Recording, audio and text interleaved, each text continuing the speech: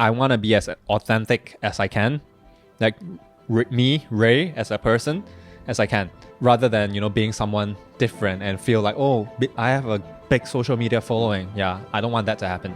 You need to be clear on what you want, and you cannot think like, oh, if I join this, what if that, or else you cannot make a decision. Everyone in society should make themselves useful to society. You don't want to just be consuming the resources of whatever society is giving.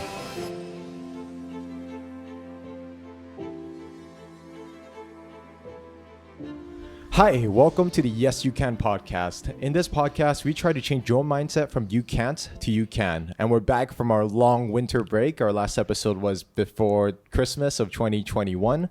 And we're starting this new season off with a good friend of mine, Reynard Liu.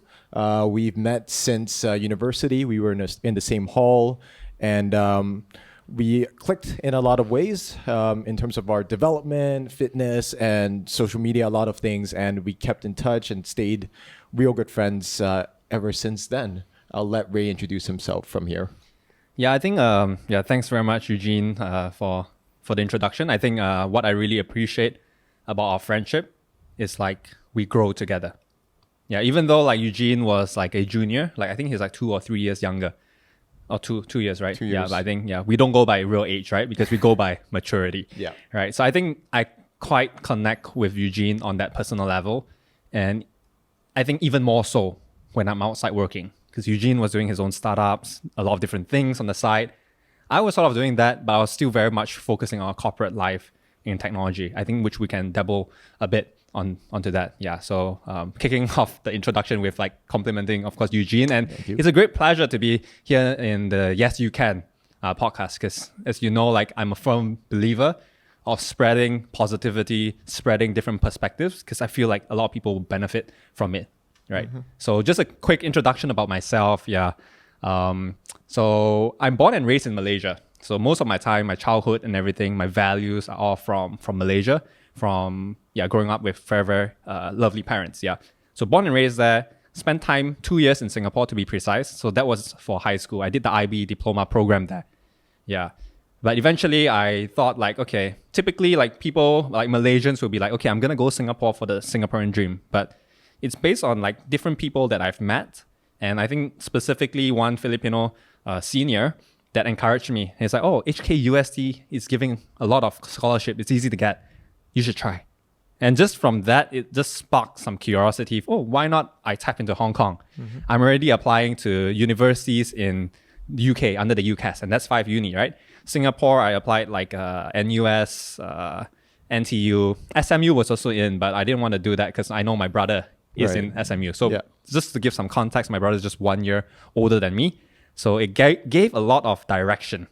Like he said a lot. He was spearheading. He was like the head of the train, setting the standards and the goals. And for me, my job as a second sibling is like, how can I overachieve him, right? It's a very match. Yeah. So I think I'm competitive that way, but deep down inside, am I super competitive? Yes and no, arguably. Yeah. So I don't want to like go too much away from the topic, but yeah, back to the university and why I applied to HKUST to be precise, where I actually met Eugene. Was because of that senior that said, oh, you can actually, there's a lot of scholarship opportunities. And from that, I was like, oh, I'll give it a shot. Google top universities in Hong Kong. I saw a list, HKU, HKUST, CUHK, and then the rest. Yeah. So I applied HKU, I applied HKUST, and then I was going to apply to Chinese U, but I was like, oh, too many applications you need to do. So I just applied for this too. And long story short, I got a scholarship from HKUST. So thank you, HKUST, if you're listening to that. I think really, really great URAO staff recruitment. I think I really am grateful for the opportunity for that, because without that scholarship, I don't think I would be considering Hong Kong, right? Mm-hmm. Even though like from afar, I thought Hong Kong was an exciting place, but Hong Kong is expensive, right?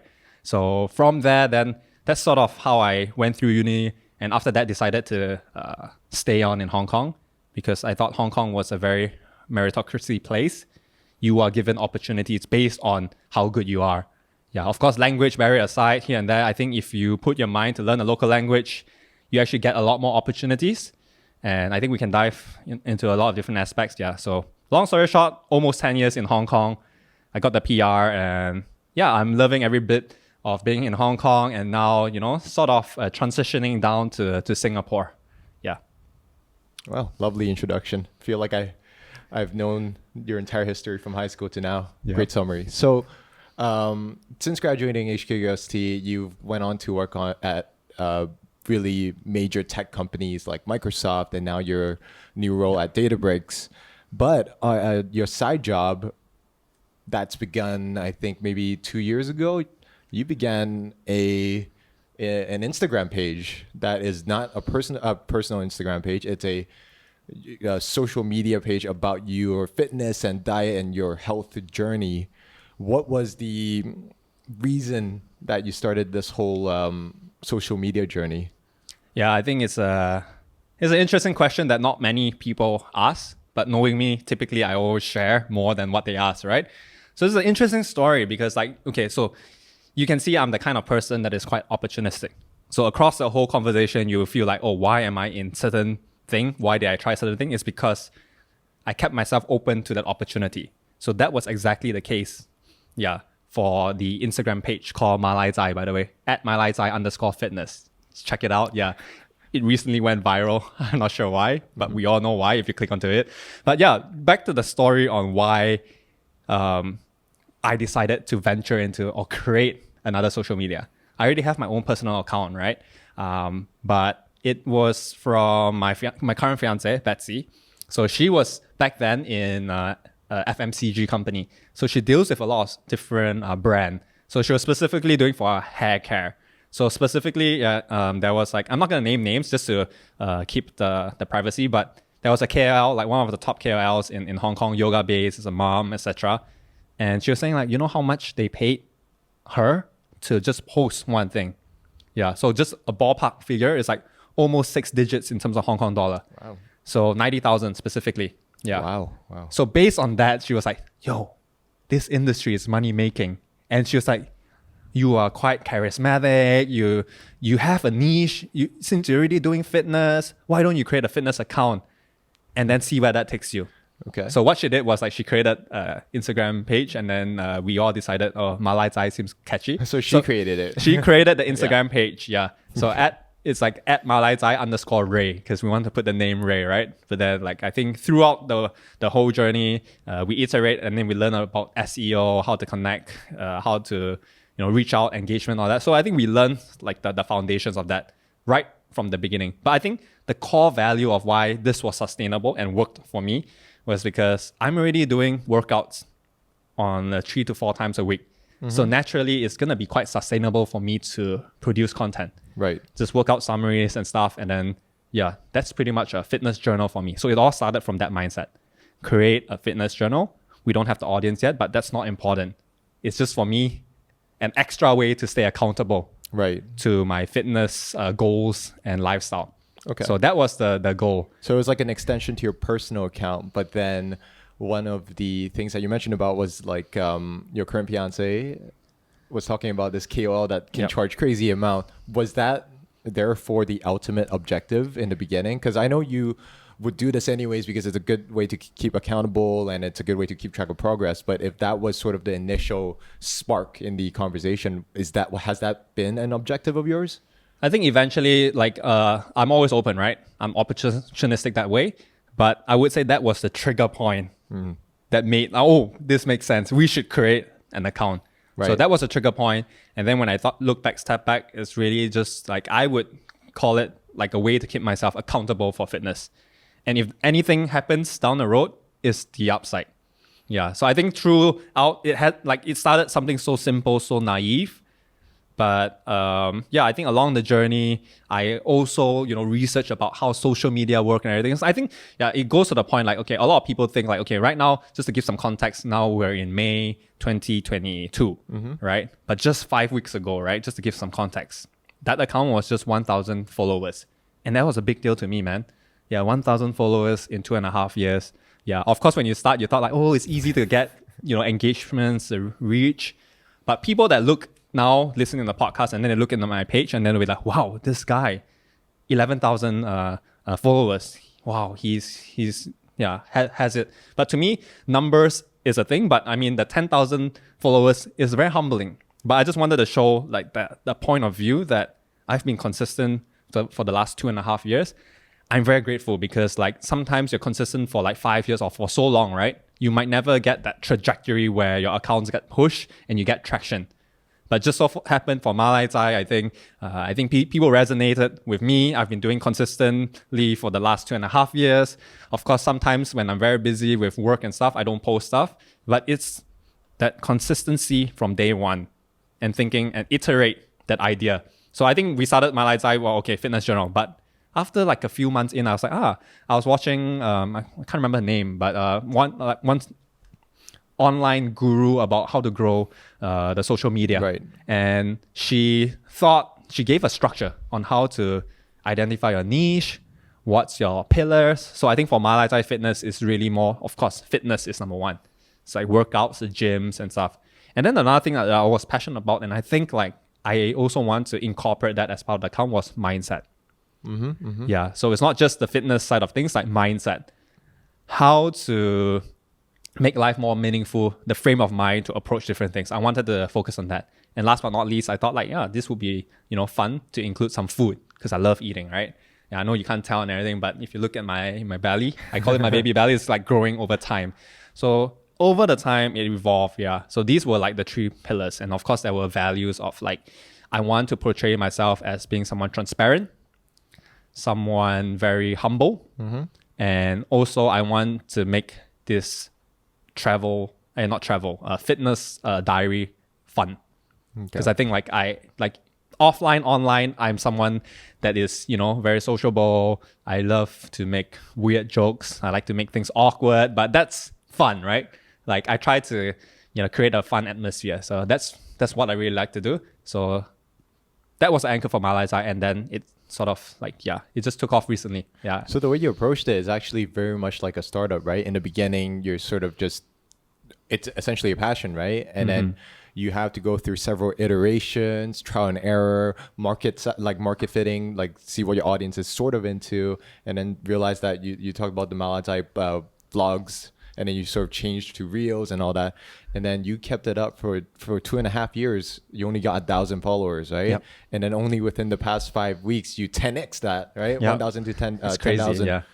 So was there anything in particular that kept you motivated? Because I know you would do it anyways, but obviously to keep growing and to keep posting, it takes a certain amount of effort and time, right? Yep. So I wasn't like consistent the whole way. There were sometimes like I was posting consistently and sometimes I'm not. It really, because I would treat it, this is really just a fitness diary. And if I don't work out, I don't post. And sometimes if I work out, I'm too lazy to post. Yeah. But I think what kept me going is like, okay, the early followers or the people that I follow in the fitness, I think that got me, wow, that's the group of people that are like-minded. We all working out. We react to each other's stories. So I felt like, wow, it's a community that we're building. So that was like, oh, okay, pretty much like aligned to, okay, in the beginning, it was just a fitness log.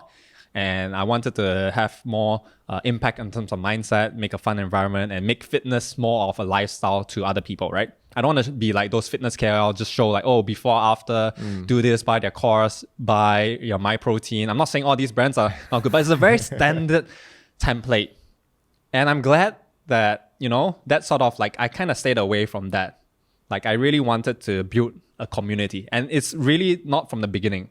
It's only up to recently, I thought like, oh my God, 10x the following. And I thought like, I'm in a position that, you know what? People are actually engaging with my content. And it's a really specific group of people. And I mean, for those that are not familiar with Malaizai, which most of you aren't, my following grew from the LGBTQ community. So it was very, very interesting. I thought like coming up with a fitness account, have the muscles, being buff, you would attract a lot of girls and chicks and KOLs of all, but no, I was so wrong. I was so wrong. Yeah. So I actually ended up attracting a lot of, like LGBTQ. I'm not sure how else I can put it, but people that are interested in, that colorful people. Yeah. And they were really the backbone and the grassroots of Malaizai. Right. Yeah. So that's how we started. But of course, like I also follow different people we engage. And once you start meeting people that you've met online and you have that genuine connection, you feel like no matter how many followers you get and everything, that is that personal human touch, and you can connect with someone that are not really in your friend circle, someone that you've connected via Instagram, and when you meet them, it's like, wow, that's something that I found that it was the most interesting and fulfilling for me, and that's what kept me going. Yeah, It's like bringing a social network into your actual network in real life, yeah, right? exactly. It's not. It doesn't feel like it's possible, right? Random people on Instagram. Yeah. But so, what do you think is the big pivotal moment that got you here? I know you said something happened in the last 5 weeks. What was Yeah. the big pivotal moment, and what were the steps taken up to that point to really see that kind of growth? Because Yeah. I'm sure a lot of the audience have an Instagram and maybe they want to grow followers, but it's hard, like you said, 2.5 years. So what was a big pivotal moment and the steps taken to get there? I mean, there's so many different ways I can answer the question, and it might not even hit the spot, right? But I would answer it in two ways. Yeah, the first one is like if you ask what was that pivotal moment, I can name it because I literally went through that. So I've been consistent 2.5 years and everything. But what really made me grew was, I think it's out of pure luck too, right? Like I went to Singapore, I posted a photo at the Jewel, I tagged it. And somehow I think the demographic mix from Instagram, and then it just went viral. That photo of me taking a selfie at the Jewel, I thought it was a nice photo, right? Probably can get like 100, 200 likes, but it just went viral. Just kept pushing out. Like I think right now it's like, yeah, I never got like 1,000 likes before from a photo. And that's my first 1,000 like photo. Wow. I mean, not numbers are not important. Like, but if you ask specifically how to like went viral, I could remember quite vividly, like, wow, I was looking at like the number of likes that it got out from, and it's just being pushed out everywhere. And I was looking at the number of shares and number of saves. I'm like, wow, something is happening there. So that's a big pivotal moment. Yeah. And from that, then they started liking my previous stuff. Right. And then I think that's sort of like, okay, when people are engaging, the likes and everything, I think Instagram tends to push you in the algorithm. People always say the algorithm. It's actually very hard to describe. But when you're in it, you're just like, you got to ride the wave. True. So basically, I was like, oh yeah, okay, wow, that's interesting. One blew up. So basically, because I was in Singapore, then I'll like go and like post, like my post schedule was pretty consistent too. Yeah, I post different landmarks and stuff. I was doing the same thing, to be honest. In Hong Kong, I was doing that. In Malaysia, I was doing that. I was doing reels. I knew Instagram was wanting to push a lot of reels, so I was doing that. So I did push reels and everything, and yeah, just kept growing. Yeah. And then, you know, inertia, right? Once the momentum kept going and going, and then I think it just kept growing. And it was a very, very exciting experience, I would say. But at the same time, I was very humbled. Yeah. So exactly the trigger point is really that photo, I would name it. And it was my journey, my trip to Singapore.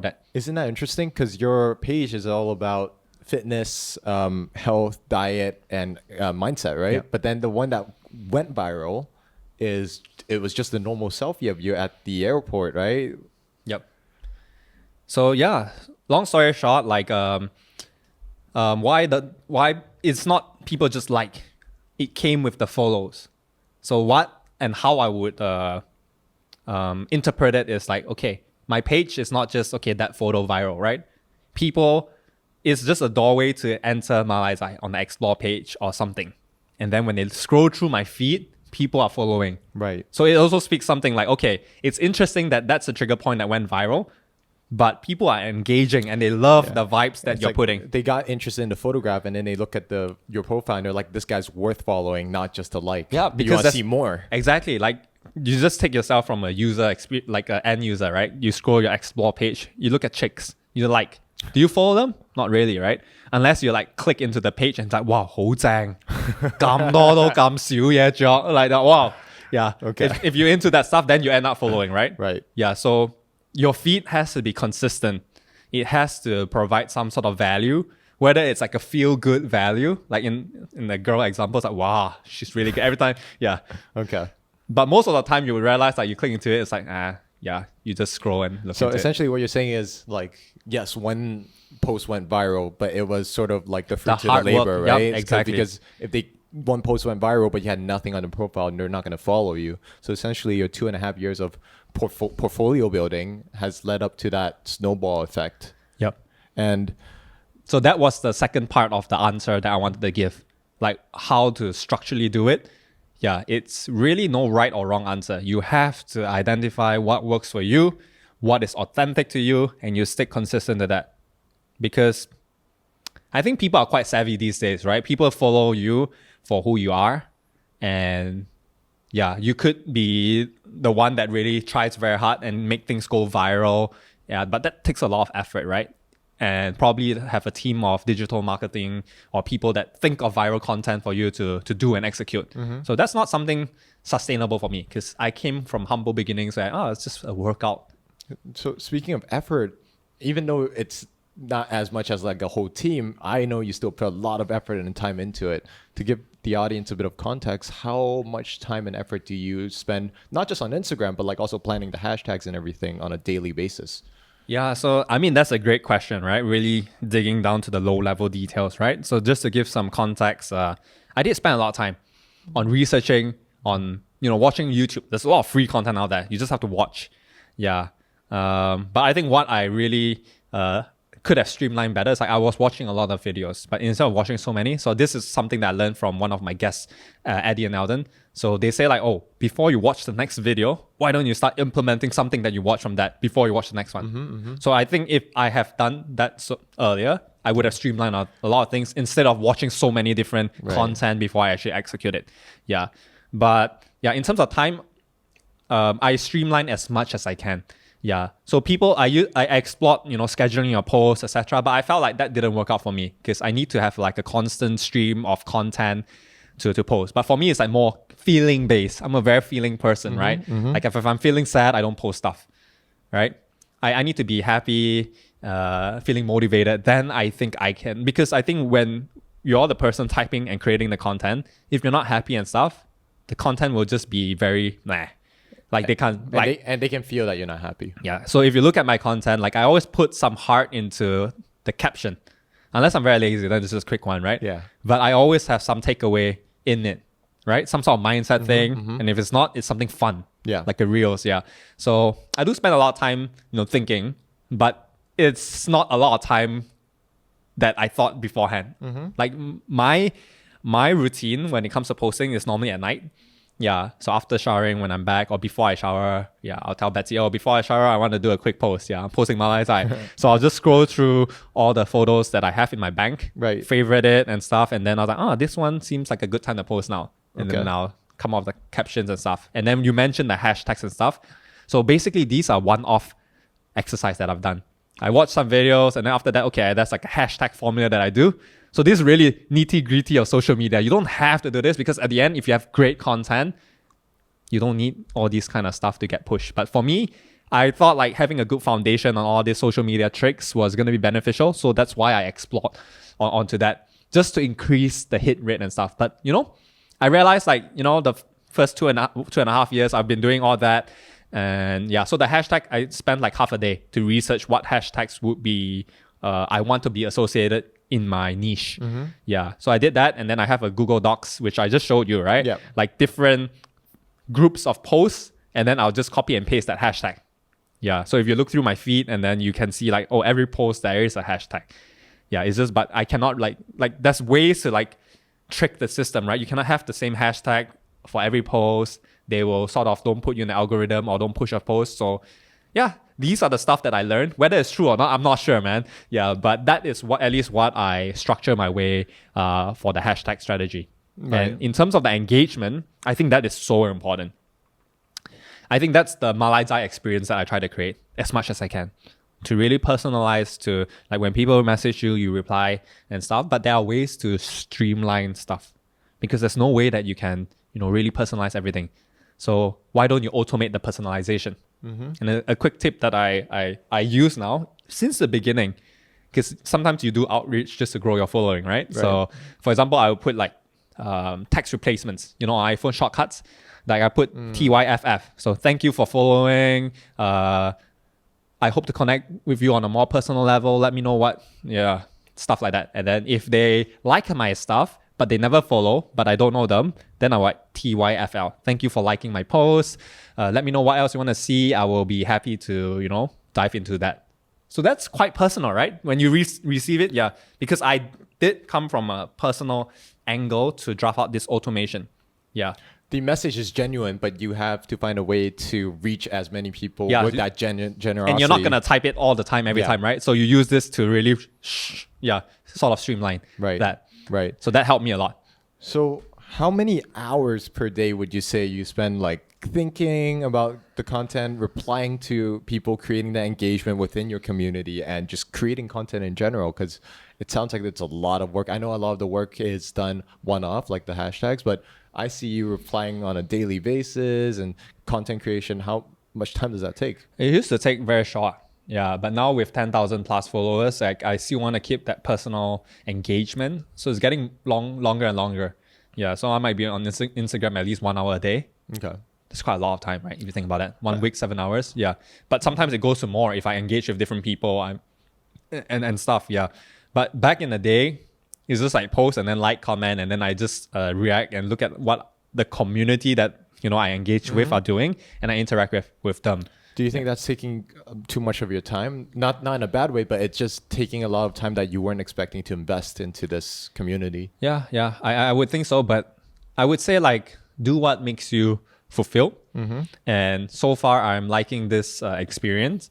But I think down the road, like there's gonna be a time where I cannot reply everyone directly and personally, and then I would have to give generic stories to say, oh, well received, and then engage at them in that aspect. Right. But that I think is like 100K kind of scale, right? And that's the next level.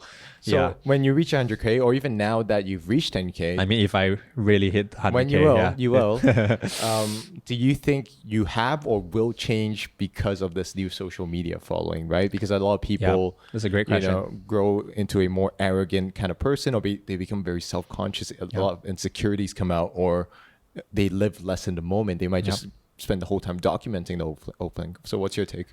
Yeah, that's a great question, right? Like I spent a lot of thought into it, but I mean, I want to be as authentic as I can.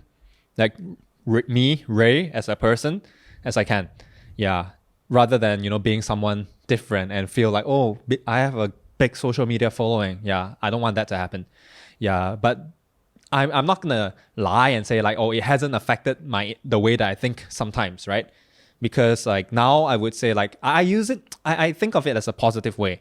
Like, cause okay, the following has helped me got more credibility, but I do my best not to feel like, oh, I'm good and stuff like that, right? Oh, I'm good looking, I'm buff, that kind. No, that's not where I want to come from. Yeah. Like where I'm coming from, like it's like, okay, this entitlement to have like a larger following, or a following that's growing and booming, it opens doors for me to connect with more people that have like larger audiences. People then would take more notice on this Malaizai. So it's really humbling that, oh, okay, I get to connect to a new group of audience. So that's how I will do it. Because at the end of the day, when I think back, why I started, or what kind of mindset, I mean, not to say mindset, the goal that I wanted to create Malaizai is to create a community. Because I feel like now I'm in a position that, hey, creating a community might be doable. So leveraging the following, the engagements, the reach, especially, I think that's the beauty of, where I'm going to anchor myself to, the growth of Malaizai. So would you say that's sort of the main future plan for your social media to grow the community? Is there anything else that you had in mind? I think growing the community is something that I'm very keen on doing, because this is something that I've not done before. It's something new. I'm not sure how communities are being managed. Yeah.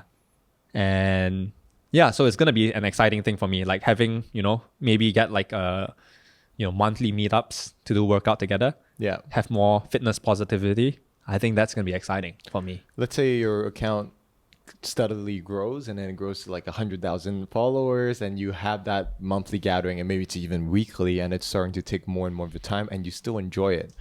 Would you leave your 9 to 5?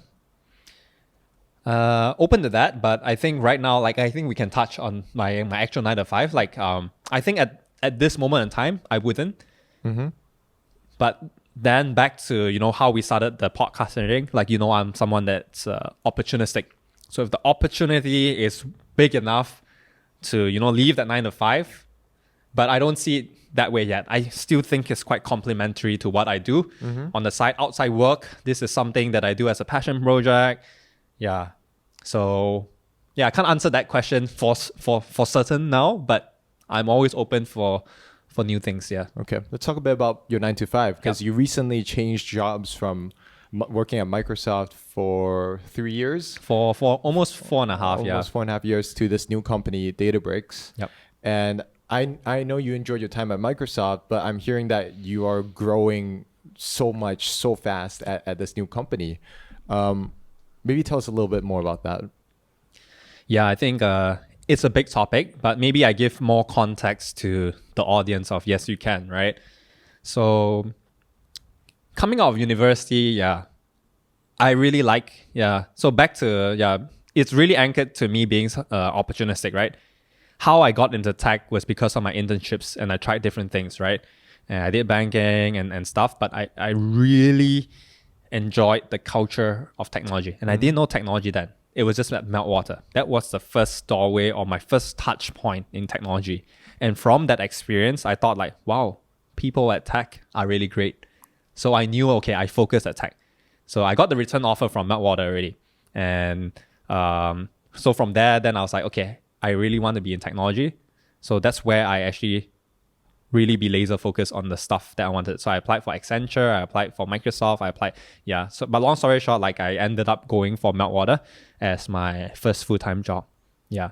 And then the opportunity at Microsoft came because they wanted someone young to drive data and AI because they felt like that's something that I have not tried before. They always got someone super experienced on, traditional databases, relational database, but they felt like it's very hard for companies to, if you do it that way, it's like, hard to drive new data analytics, machine learning, data science kind of thing. So they decided to, scout me from LinkedIn because they saw, okay, so this is a fun fact. Make sure your LinkedIn profile is updated and you need to storytell a brand. So Meltwater is actually just a software as a service company. It's an online media intelligence company, but I branded stuff like, it's a social media analytics. Use some buzzwords to cover. So because of that, then I think the HR was, the recruiter reached out like, oh my God, this guy applied all the way, got final round. And let's re-engage him because analytics is AI. I mean, that's what people will link, right? Yeah. So try your best to, make sure your personal brand on LinkedIn or your social media line. That's important, right? So some people don't think that way, right? Your social media footprint is actually important because whatever that's searchable, it's an opportunity and also a limitation, right? In some ways. Yeah. So from that's my doorway to Microsoft. And I was doing the data and AI specialist role for 3 years. Learned a lot. And I'm forever grateful for the training that I went through. Not to say that the training was really great on the job. It was tough because moving from Meltwater, we're like very, cold call in and then the deal size are smaller and then the product's ready, right? It's already ready. It's SaaS. So they just have to sign a subscription and land. Right. It's not easy to get the cold call to sales, but comparing to Microsoft, the requirements of my role is more like an enterprise sales. And enterprise sales is very, very different from what I did at Meltwater. But of course, now I understand Meltwater is doing more enterprise deal structure. That means the business is growing. That's great, right? Yeah. So I learned a lot of all this enterprise sales at my time at Microsoft, and it's really through trial and error. And it was really, really, really tough. How is it different enterprise? Is it more customizable solutions? So enterprise sales is like you can imagine like you going to a big company and you try to change a particular business pain point or like transform their product. So you can think like of it as like there's a lot of moving pieces that needs to be customized. Like just taking like, for example, security. Right. There's so many security standards and stuff. And if you look at SaaS, it's like, everything is baozhong or like packaged to something that works. They just use a web interface and then you use it. Right. But for Microsoft Data and AI, it's like, okay, you need to think about how the back end works, how the front end works, and how you package the whole solution. So this is really from the solution side. But how do you meet the right stakeholders? You need to find like which are the right teams. And in Microsoft, it's like, okay, I think this is a very common pattern from tech companies, right? You all of us in the tech companies will say, we know we have connections. But who are the connections? CIOs or like tech leaders in the company. So the relationship with the account is mainly from the technology side. But I think now these days, they understand that we need to branch out and penetrate into different BUs, different stakeholders in order to land more transformative deals. So you want to use technology not as a cost center anymore. You want to use technology to improve and drive new revenue or reduce costs or optimize things or think about new business models. Right. Yeah. So that you won't get the ideas from the CIO, CTO and stuff or CDO. Yeah. I mean, I'm using a lot of different terms. Sorry about that. Yeah. But these are chief digital innovation, officer, chief IT, CIOs. Yeah. But yeah, so I might be getting too deep into that, but I think it's going to be helpful to give a frame of mind, like at least for people wanting to listen to the podcast to understand about tech sales. Yeah. So that was very hard. Like, how do you go and engage? Like, you can imagine we all fresh grads.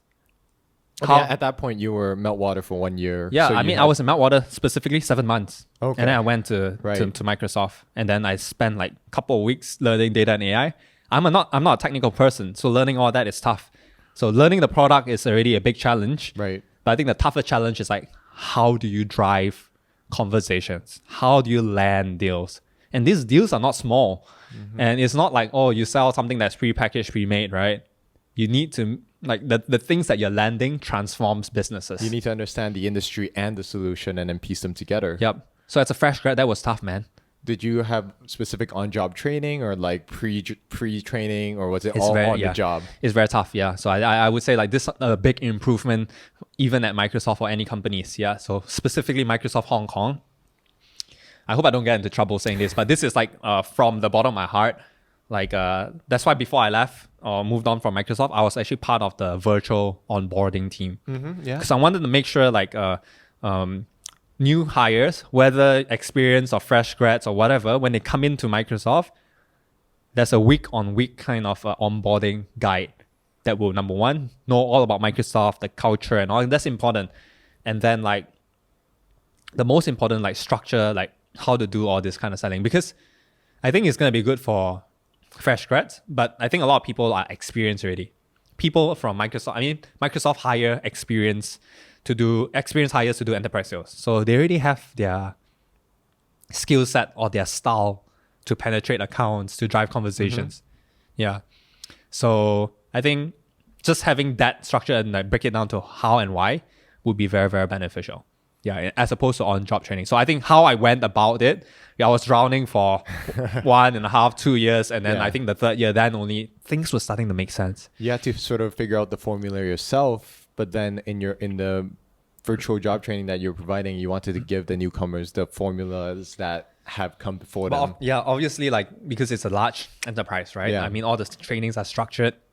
There's not much leeway, but just being part of a virtual team, I hope to, make sure people are onboarded the right way. Yeah.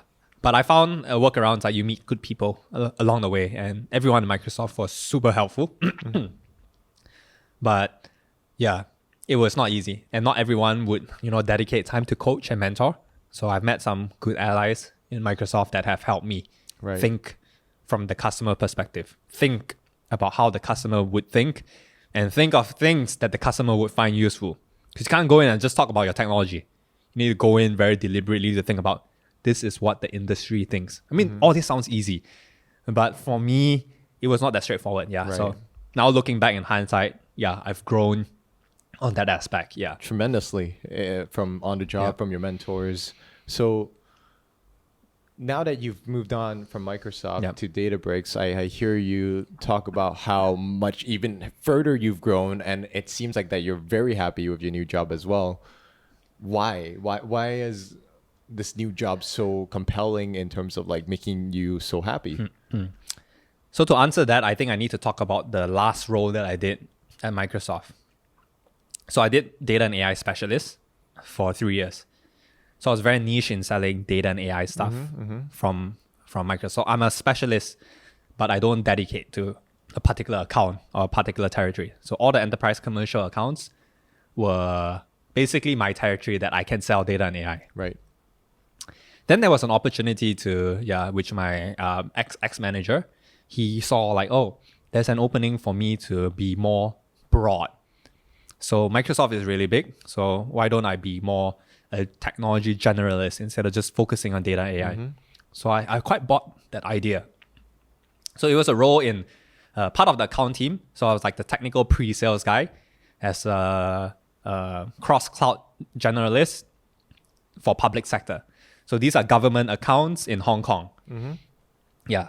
So that was a bit of I knew what governments were like because public sector was also part of my territory. It's just that not many cloud projects are not so innovative. Yeah. Right. It's not to say they won't innovate, but now it's really not much innovation brewing. But of course, with COVID and stuff, things are brewing. Right.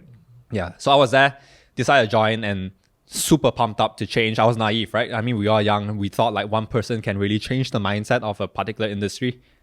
So I was like 6 months in, I was like, wow, driving a lot of conversations here and there. We landed some really good deals, but Microsoft, the quota or like how they judge impact is big. Yeah. So that's like the downside of joining a large vendor, like Microsoft, one of the largest in the world, right? Market cap wise. Yeah. So that was a struggle and I couldn't meet the growth rate. And sometimes the conversations like, oh, I have like different friends and allies within the customer's accounts already, but the scale of the projects and you can know like the whole territory, the white space is really not a lot. And it has to do with timing sometimes. Yeah. So from that, I knew there was some misalignment with the industry I was in and also the role because it's supposed to be a technical pre-sales role, right? Right. Yeah. So that was something that I didn't feel too comfortable doing. Yeah. Of course, I can learn and stuff, but I felt like I'm wasting I won't say waste my potential, but I was not willing to, deep dive into the tech because I knew that I need more time to do compared to other people that, was proficient with computer science or with engineering background. Yeah. So, I mean, in some ways, that's how I frame myself. So I sort of limit myself in that aspect. And that's why, I started exploring different internal roles with my manager back then. Right. But why the switch to Databricks or something external, right? Because Microsoft is a great company. It's a great platform and stuff. But I explored a lot of different roles internally, but I felt like there was nothing that was really super exciting. If I'm going to change role, it needs to be something that I really like. And I couldn't feel that within Microsoft, at least in that moment. So I think my manager was really, really great. She was taking her Microsoft hat out. And she was saying, you know what? You're still young. You have time to explore. Pivot to a different industry, do something more business related, marketing or stuff. She knows that I like to connect with partners, with customers, not so much into the tech and stuff. So she said, yeah, just feel free to explore external roles, even other countries. She said, you're young. Yeah. So from there, I never looked back, explored outside and, but I think what sort of accelerated it was like the grass is greener on the other side, right? So when you're from It's always greener on the other side. Yeah. And then you look from a lens of another side, right? And then you'll be like, wow, the other company is pretty interesting here and there. Yeah. So I explored different roles here and there. Databricks was just one of the options that was referred. And yeah, everything just felt natural, the interview process. And it was a growing business. And what I really liked about joining this is like, it's still a startup. A huge startup, no doubt. Startup, yeah. $28 billion valuation, right? In last year.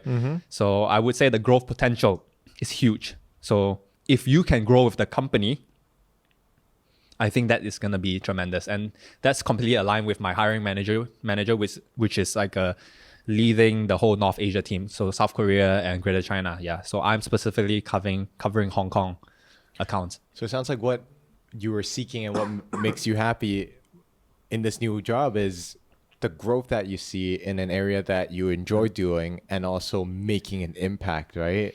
Yep. Okay. Yeah. Okay. So having talked about so many aspects of your life, your professional life, your social media life. But there's one thing that I wanted to add on the okay. job that I, Sure. yeah, so sorry about that. Yeah, No it's worries.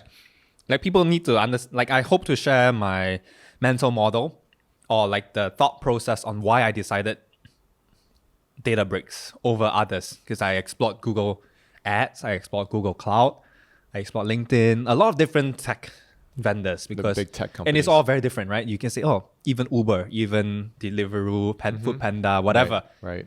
or even crypto. I also met people in crypto, yeah, because Yes. I didn't know what I want. There are so many different options, yeah. So what made me think, Databricks was the right one? Hopefully, it's gonna be helpful for people that are evaluating, what's good for them. And you should always explore a couple instead of just one. Yeah, that's something I learned.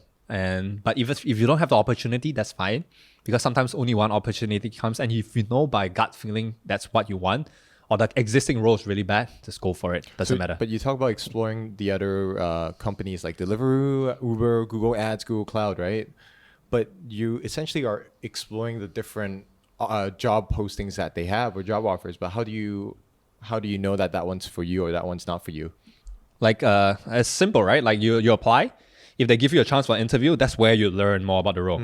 So you can either do that like directly through the recruitment process, which I strongly recommend, because then you know, like, okay, the hiring managers, you talk to them, you know. Or alternatively, if you don't want to go through that process, you can, reach out to someone on LinkedIn that are in that same team. So that's how you decided, like, that company's maybe not for me, or maybe this industry role is not for me. Yeah. Okay. Talking to people, and of course you make your own filter, right? And you don't just talk to one person, you talk to a few people. So it takes time. Job exploration takes time. How long did it take for you? It took me a couple of months. So that couple of months was very, very hectic, because Databricks already gave out the offer very fast because it's very natural. But I was like, okay, before I actually confirm with something and stuff, so I was like, I need to interview other stuff. Because Betsy, like my fiance, she was giving a very, I wanted to jump on the bandwagon. Databricks it is, right away. Yeah, because the package is really great. The role, I thought, but the uncertain part was like, I was scared because it's a startup. I knew I had to do a lot of things. I knew I had to take a lot of initiative, which I'm okay, but I'm just scared that I cannot hit the numbers. There's this thought of like, oh, you might fail, you might not do well. But I felt like the upside was really big. And the hiring manager played a big part to, give that certainty that, hey, the market is growing, it's booming. But from Microsoft, like, I also kind of knew, like, I was selling Databricks too. So I kind of know, like, okay, the customer love our products. They love Databricks. Yeah. So from that standpoint, I knew, like, in the market, there was a lot of opportunities, but not enough people covering it. Right. So I knew, like, if I focus on that and, nurture those accounts, it might be my big house accounts. And then, so that was a mindset that I was doing. But I think the most convincing part was, like, the manager have done it a couple of times. Yeah. He was sharing his story about scaling up a cloud team from Singapore, grew the whole greater China business for 2 cloud vendors. Yeah.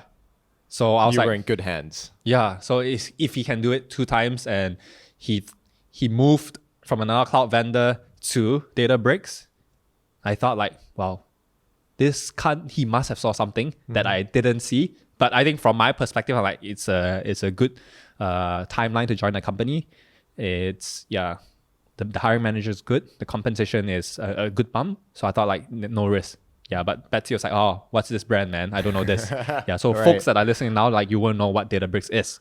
Yeah, but you know what Google is. You know what LinkedIn is. You know what Amazon is, right? So I was being challenged left, right, and center from Betsy. And from there, then that's why I had to be quick to explore other things. And long story short, you need to be clear on what you want. And because the job that you take will lead you to a very different path. And you cannot think like, oh, if I join this, what if that? Or else you cannot make a decision. So for me, I anchored like, okay, do I love data and AI? I would say, yes, but is it something like, oh, my passion? I want to grow the AI, have more businesses, and that. It's not really. But I think it's an area that I don't mind going deeper in. So I thought, like, I did data and AI for 3 years at Microsoft. But in Microsoft, it's really, really broad from data AI. So this Databricks is really more focused, even though it's quite broad, it's really on the data science, data engineering, data warehousing. So it's very specific in these 3 scenarios for data. So I thought, like, it's good to go deep. I've done, like, broad enough, especially cross-cloud. That's even more broad. Across the whole government in Hong Kong. So I thought Databricks, even though it's broad, like commercial and retail accounts, but I knew, like, I had the flexibility to double down on which territory or which accounts I wanted to focus on. Okay. Okay. Thanks for sharing that. Very deep. Just to conclude this entire episode, I know switching jobs for a lot of people, and I'm sure including you, is quite a scary jump, right? You're leaving a comfortable place for some unknown destination. And you mentioned fear of not making the numbers at Databricks, right? I wanted to touch on self-doubt as like our final topic today. What were some, self-doubts that you had about taking on this new role or in social media or your fitness journey or in general in your life? And how do you overcome that with the mindset that you're trying to push, right, on social media? And yeah, how would you overcome self-doubt and the inner voices that tell you can't do it, you shouldn't do it, listen to everybody else, right? Because that's like something that everyone has to deal with in their careers, in their personal lives. What's your take on that? It's a big topic, and I think everyone handles, the self-doubt differently. But I can try to, I might be a bit all over the place just to give some expectation. Yeah, but I think since you asked that, so let's start with like fitness, right? That's something that I felt like, not much self-doubt, to be honest. Because, so fitness is interesting. It's something that you can control quite easily, to be very frank. A lot of people say, oh, why am I fat? I mean, just to be blunt, right? You are fat because you made yourself in that situation. Because you have every control over your own body. Exactly. What you put in your mouth, what you eat, how many calories, what kind of exercise you do. And if you injure yourself or what kind of training, is it too harsh? Yeah. So all that actually within your control. Unless, touch wood, you go into injury and stuff and then you ate and then you got fat, right? But I would say majority of the factors of fitness, you can control. Okay. It's like lifestyle, right? So you tweak different parts of your lifestyle and be consistent. And then you get the results. So I think self-doubt from fitness side, if I break it down that way, is actually quite easy to tackle. Just have to have a plan and stay consistent. But to expand on that part, yes, you can have a plan, you can have results, but a lot of people in the fitness industry, they have self-doubt that's so internal. I don't remember the term, what it's body dysmorphia or something. They look at themselves and they feel like they've gotten smaller or they're not improving, progressing. Got it. Do you have that kind of self-doubt with your physique? Or like, you just went to Malaysia, lots of great food, and you couldn't gym during quarantine. Has that caused self-doubt? I think in some ways, like, you know what works best for your body, right? So you know like what kind of body you want to optimize your life around. Yeah, so it's more on the point like, okay, in the beginning when you do a body transformation, you want to do from lose how much weight or gain how much muscle mass. Six-pack abs is a common dream, right? Yeah. So you need to know where you want to go there first. And then you need to think, when you're there already, is that goal sustainable for the rest of your life? So that's something that you need to know what you want. So I think when I first started working out, I didn't really think of that. I always like, what's a common goal? You just want to get bigger every year, every month. Yep. Look at the numbers. And if you already hit there, I want to get even bigger. Yeah. I want to increase more weights. No stopping. No stopping. Yeah. But that's for me, like, that has been my fitness journey in the beginning. I always want to lift heavier weights, want to look bigger, want to get a better physique. But there's a limit to that. And you would realize the law of diminishing returns, right? Yep. Yeah. So like, okay, the more that you put in, then you only get like a tiny improvement. Then after a while, then that's where you would understand what works best for your body. What kind of exercises, what kind of routine, what kind of food you put in your mouth, which areas you gain the weight the fastest. So these kind of stuff, like, you have to learn. Like, no PT is going to tell you. The PT will guide you here and there, but it's your body, you really listening to your body. It's a large ecosystem, right? It's amazing, our bodies, right? So this thing is a topic on its own. Yeah, but just to cut it short, fitness, I would say, you would like, you have the control and you need to always listen what works best for your body. But I think the main concept is like making fitness as part of your lifestyle that works with your schedule. We're just talking about some people gymming for 4 hours a day. Is that sustainable? Yeah, if you're a full-time athlete. If you have other jobs and stuff, 4 hours a day, that's a lot of time. Yeah, 4 hours is a big. It's about sort of what you can compromise and sacrifice on and what you get in return, right? It's like, is it worth it at that point? Yeah. So touching on the self-doubt part, like, okay, when you see changes in your body and stuff, I would say once you actually know how your body functions, like I went to Malaysia, ate a lot. Yeah, do I have self-doubt? Yeah, of course. I'm looking at my belly, man. Like, oh my God, no more six packs, right? It's been a while since I had six packs. Yeah. But you would adjust because you already know what kind of state is healthy for you. And eventually when you go back to normal life, then you would, make it happen again. You go back to that routine. So you're saying as long as you know your body well enough, then you can essentially go back to that state in time. Yep, easily. You've done it once, you've done it twice, you can do it any other time. Okay. But the most important is like, what do you want as your fitness goals? You just want a healthy body, or you want to look good, have a good physique. It's different, right? Like health, internal health, mental health, it can be applied, right? Fitness, mental health, and all. It's the same concept. Okay. Yeah. Great. And you were saying that was the fitness aspect. Yeah. What were the other aspects that you wanted to talk about? For work, I think that's a bigger part and a much bigger topic, especially for young adults, right? People just coming out of work, and especially teenagers or young adults these days in Hong Kong or the whole world. The world is so uncertain, right? And nowadays, information is so widely spread. Like you can get information on YouTube about different people's life, and then there's two ways of looking at it. Number one, it's positive. It's inspiring to see what others are doing. Mm-hmm. But I think some people will take it negatively in a way that, oh, he's already 20. I mean, only 20 and already got his first $1 million, Dogecoin, invested, this kind of stuff, right? People compare. That's human nature. We compare with different people. So it's two sides of the coin. Like some people will take it as inspiration. Some people will take it more as a comparison on how bad they are.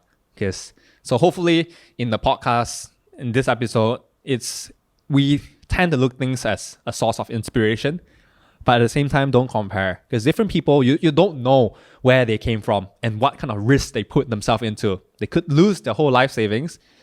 A lot of people have lost money in investment, but do they talk about it? No, because this is a bias on what people want to post online. Yeah. Everybody wants to feel good, right? And how it relates to work, so that is setting the context, right? That this is happening. Yeah.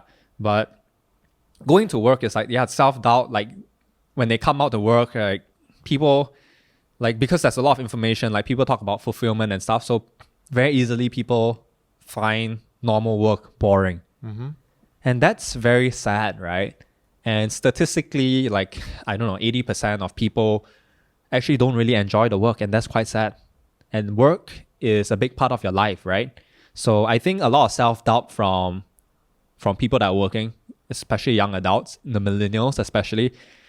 Yeah, they're just doing work for work. And then after work, they do things that they like and stuff. I'm not saying that's not a good way to live life, but you should always find something to internalize and anchor yourself.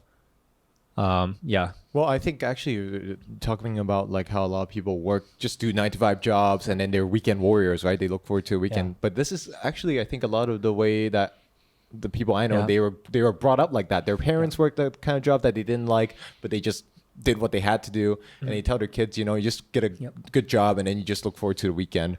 It's almost like a cycle of self-doubt. Yeah. I'm not saying that's wrong. That's completely fine. And I would say but it really depends. We might get a bit more philosophical here, right? Because I always go back to this Maslow hierarchy of needs. Because we, as human beings, we need the physical safety, food, shelter, and stuff. And then as we go up to the ladder, right? Then it's okay, once you have the basic stuff, then you have your wants, right? You can fulfill your wants. Yep. The needs is done, then you go to the wants. Right. And now I think people listening to this podcast especially, right? I think people already have the basic needs. Yes. Yeah. So I think we are privileged and blessed and grateful for that. So how can we then focus on the wants, right? So that's where, you have to really put yourself out there, immerse in other people's experiences, get some perspective. But most important, think about what you want, what kind of way you want to live your life. It sounds very big and fluffy now, but you really have to take time to think about what you want, to be honest. Yeah, and I think they just have to be willing to fail. Because talking about self-doubt, it's not just for people who are working 9-to-5 standard jobs that they find boring, right? Yeah. Even when I began filmmaking before EuCan Productions, when I did filmmaking, we went to HKUST together. All our friends are, into consulting and business, engineering, and you hear big names, big companies, big salary numbers. And then I thought, I'm just a kid with a camera trying to tell stories. Like I feel so insignificant when everyone's like solving like a mathematical equation or like lawyers or doctors. It felt like I wasn't making an impact. But then I think what changed my mindset was you have to realize that you're making an impact in a different way and on a different scale. Doesn't mean you're not making an impact. Yeah, that's true. I think you have to find that realization within yourself. Yeah, I think that's a very valid point, and I really like what Elon Musk. Yes, I'm a big fan of Elon Musk. Yeah, like put a lot of money in his company, man. Me too. Yeah, financial freedom, right? Yeah, but yeah, he said something very profound. It's simple, but it's very profound. It ties to whatever that you said. Like everyone or young people out there, everyone in society should make themselves useful to society. It's so simple, but so profound. There's so many different ways that you can be useful. You don't want to just be consuming the resources of whatever society is giving, right? That's like very consumerism kind of mindset. And then the whole world's pie will just be that. But if you are useful to society, the pie gets bigger and bigger. Mm-hmm. That means the impact, the positivity, the fulfillment, more things can be done as a species, right? Right. Yeah. So I think, it's good to have that frame of mind and think about, okay, what are you currently doing today and where can you find ways to do a particular task or job better? And if you can't get it in your current job, because not all jobs can provide that, right? You can do something on the side that, you know, like if you like a hobby and stuff and then you do it as a source of entertainment, that's fine too, right? Yeah, so you need to really reflect. Yeah, so I went through a lot of reflection. Yeah, talking to people, like you mentioning how I do have self-doubt. People and support system is a big part for me. Like you see in the beginning of podcast, we're talking about, how we are I'm opportunistic, right? Yeah. It's because I met different people along the way, and along the way, they gave me a different perspective on how to do things. Like for your example, like we did the gym course. Oh yeah. Because you was like, let's do a gym course and stuff. Yeah. Whether it worked out well or not, doesn't matter. We've tried. Yeah. It's better to know the result than regret not knowing what could have been, right? Exactly. So sometimes you just have to take a leap of faith, have some calculated risk, use some framework to calculate the risk. It's tough, but I think a simple one will be risk-reward ratio. What's there to lose if you don't try? Like if you're losing so small, but the upside is 10x, 100x, 1000x, go for it. Why not? Why not? So yeah, that's how I would go about answering the self-doubt kind of thing. Yeah. All right. I think that was a perfect note to end off of. Thank you very much for being on this show, Ray. I know we covered a lot of things and a lot of deep-ended topics. Thank you for being so open and talking about your experiences with us. All right. It's a pleasure. Thank you very much, Eugene. All right. Thanks, everybody. Bye.